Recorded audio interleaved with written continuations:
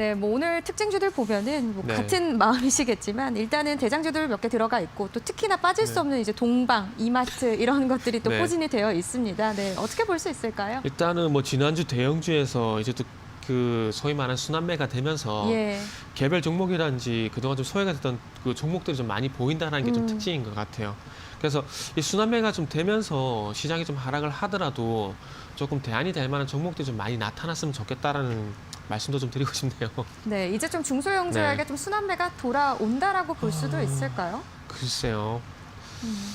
지금 중소형주가 가려면 바이오가 가야 되거든요. 예. 근데 바이오가 어제부터 너무 좋지가 않아요. 그러게요. 네. 그래서 일정 부분 순환매가 왔으면 좋겠는데 순환매보다는 좀 증시가 좀 조정이 있지 않을까? 뭐 그런 생각이 좀 드네요, 저는. 네, 알겠습니다. 자, 그러면 일단은 오늘 네. 특징주들 중에서 좀 세 가지 종목들 꼼꼼하게 좀 체크를 해보도록 하겠습니다. 첫 번째 종목부터 확인해보죠.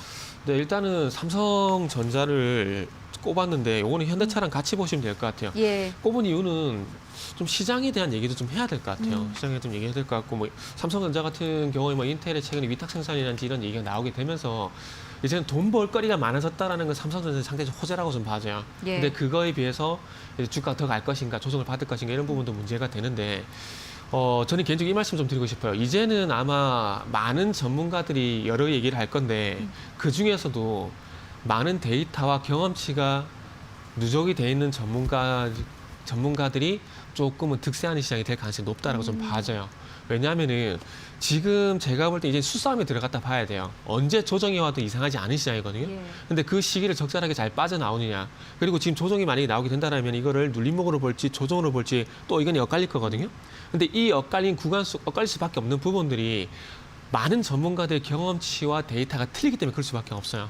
그렇기 때문에 아마 여러 가지 엇갈린 그 전망이란지 분석이 이렇게 나올 가능성이 상당히 크기 때문에 여기서 중심을 잡는 게 상당히 좀 중요하다고 생각을 하고 있고, 저는 개인적으로 좀 그 조정이 나올 수밖에 없다라고 좀 말씀을 드리고 싶은데, 시장이 바닥을 잡을 때 신호, 고점일 때 신호를 보는 여러 가지 제가 지표들이 있습니다. 그 중에서 제가 두 가지만 좀 공개를 할게요. 예. 하나는 저는 증권주 개별 종목이 아니라 증권 업종의 강세를 보이게 되면은, 그러니까 증권업종 전반적으로 네. 강세를 보이게 되면 전 조정을 나온다고 좀 생각을 하고 있는데, 그 예를 한번 좀 들어보게 되면 이건 차트를 좀 보면서 말씀을 드릴게요. 네.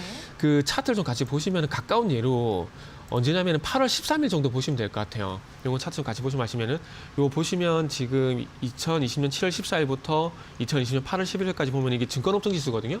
증권 지수인데 요게 지금 요 구간 네모칸 좀 쳐드릴게요. 요 구간을 보시면 될 것 같아요. 그래서 요 구간인데 요 보시면은 증권주가 좀 강세였잖아요. 근데 이거를 코스피 차트로 좀 비교를 좀 보시게 되면은 8월 11일 날 코스피 흐름을 좀 보게 되면 요 구간입니다. 보시면 7월 31일부터 지금 8월 13일까지 있어서 같이 상승이 나왔죠. 예. 그런 다음에 증권주가 꺾이게 되면서 같이 시장이 꺾였거든요.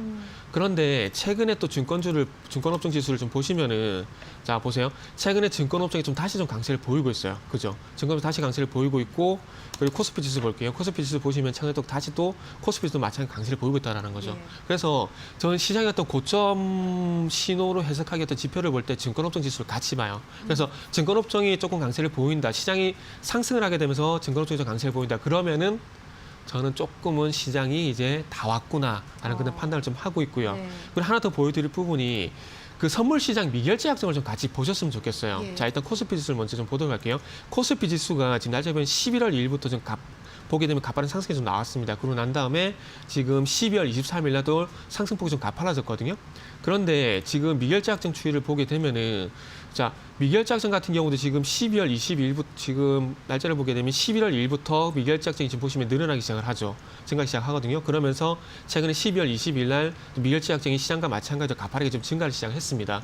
그런데 어저께 처음으로 꺾였어요. 예. 그러니까 선물 시장에서 지수 방향과 똑같이 미결제 약정이 늘어나다가 시장은 상승하는데 미결제 약정이 꺾일 때는 또 시장이 하락으로 전환되는 신호로 좀 해석을 하거든요. 그래서 제가 두 가지만 말씀드리면 증권업종 지수하고 이 선물 미결제 확정 동향을 여러 가지 지표 중에 여러 가지 보는 게 두 가지인데 요 두 개를 봤을 때 제가 봤을 때 시장이 조금은 조정으로 갈 수 있을 만한 신호가 나왔다라는 거죠. 이건 제 개인적인 의견입니다. 예, 예. 개인적인 의견이 나왔습니다. 그래서 저는 어제부터 방송 나가면서 시장이 좀 조정을 받을 것 같다는 얘기 말씀을 드리면서 현금 확보라든지 리스크 관리에 대한 얘기를 드리고 있다는 거죠. 그리고 만약에 시장이 꺾이게 된다면 최근에 삼성전자에 대한 관심이 상당히 좀 높은데 삼성전자도 마찬가지로 꺾일 수가 있다라는 거죠. 그렇기 때문에 지금 저는 이 지금 시장에서 현금 확보를 한다고 해서 나쁘지 않은 시장을 생각 봐요. 예. 왜냐하면은 만약에 눌림목으로 끝났다고 하더라도 이 현금을 통해서 다음 순환에 오는 종목을 확보하면 되는 거고요. 만약에 제 상대로 조정이 나온다. 그럼 이 현금 확보가 나중에 시장이 바닥을 잡을 때 쏠 수 있는데 총알이 될 수 있다는 거죠. 그런 측면에서 봤을 때 현금 확보는 상당히 제가 봤을 때 지금 중요한 국면이라고 봐집니다. 그리고 저도 저 계좌에서 거의 60% 70% 지금 거의 현금이에요, 저도. 네, 그렇기 네. 때문에 저도 직접적으로 이렇게 실행을 하고 있기 때문에 혹시 저랑 생각이 같으신 분들 같은 경우는 방금 제가 말씀드린 이런 이야기들을 좀 참고를 하셨으면 좋겠어요. 네, 어쨌든 대장주가 끌어올리니까 삼성전자가 끌어올린 네네. 코스피 지수라고 볼 수도 있으니까 이 시장 그러니까요. 흐름을 같이 네. 읽어주신 것 같은데 어쨌든 이런 조정에 나올 수도 있는 장을 대비하는 것이 중요하다라는 말을 꼭 해주시고 싶으셨던 것 같습니다. 어쨌든 삼성전자 그런 의미에서 좀 알아봤고요. 두 번째 종목으로 넘어가죠. 네. 예. 저는 쿠팡을 되게 많이 이용을 하거든요. 그러니까 이게 또 이슈가 있지 않습니까? 네, 네. 진짜 그 쿠팡이 성공할 수밖에 없었던 이유가 딱 두 가지인 것 같아요. 그거 로켓 배송. 예. 정말 좋잖아요. 정말 대단하죠. 지금 예. 주문해도 내일 새벽에 도착을 하잖아요. 그리고 그래서 제가 이 말씀 왜 드냐면은 한국 사람의 특성을 상당히 잘 파악을 한 것 같아요, 회사가. 어떤 특성이냐면은 우리나라 사람이 좀 비하는 건 아닙니다. 네, 네. 무조건 싸고 빠르면 좋아를 해요. 그렇죠. 그래서 그 외국 사람들 우리나라에서 놀라잖아요. 빠른 문화 이런 놀라잖아요. 그래서 이런 특성을 상당히 좀 잘 파악한 거지. 제가 보기에는 쿠팡의 어떤 그 성공 비결, 지금 성공을 논하는 게 맞을지 모르겠지만 성공의 비결은 제가 봤을 때는 이 빠른 배송. 이 한국 사람 특성을 제일 잘 파악했다고 생각이 네, 들어요. 네.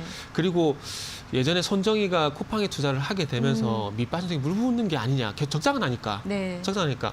그래서 밑빠진 속에 물 붓기가 아니냐 이러면서 이제는 그 황금손이야 똥손이 되는 거 아니냐 이런 얘기도 나왔었는데 제가 봤을 때 손정희도 이제 대박이 날 가능성이 있을 것 같아요. 그래서 이제 기업 가치도 300억 달러 정도는 얘기가 나오고 있고 지금 나스닥에 상장하는 얘기가 나오고 있는데 아마 나스닥을 상장하게 된다면 이 비대면 시장 이제 대면에서 비대면 쪽으로 시장이 좀 많이 흘러갔잖아요. 그런 측면에 제가 봤을 때 상당히 부합하는 종목이 또 쿠팡이라고 봐집니다. 그래서 나스닥에 상장이 되게 된다면은 요즘 서학개미도 많잖아요. 그래서 쿠팡이 만약에 나스닥 상장이 되게 되면은 쿠팡도 한번 노려보시면은 아마 매매해 보시면 좋지 않을까 좀 생각이 좀 들고요. 예, 예. 지금 또 무서운 게 지금 점유율이 한 57% 정도 되거든요.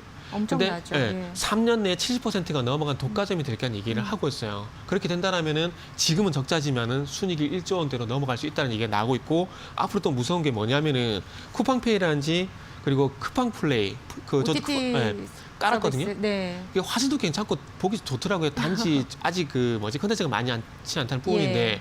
만약에 다른 OTT처럼 컨텐츠가 많아지게 된다라면은 2,900원에 보는 거거든요. 제가 볼 때는 여기서도 많이 뺏어올 것 같아요.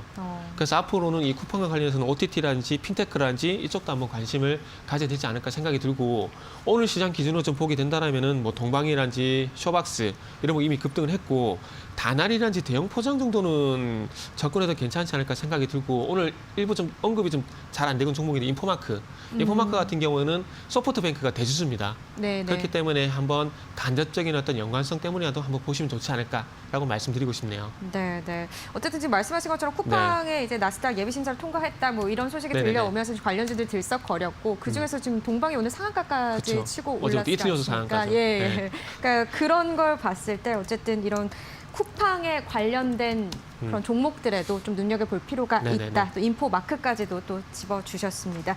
자, 그럼 계속해서 세 번째 종목입니다. 전 어떤 종목일지 예. 이마트입니다. 오늘 어떻게 하다 보니까 유통 쪽이 좀 많은데 그러게요. 예. 일단은 쿠팡과 이마트는 경쟁자로 좀 봐야 되겠죠.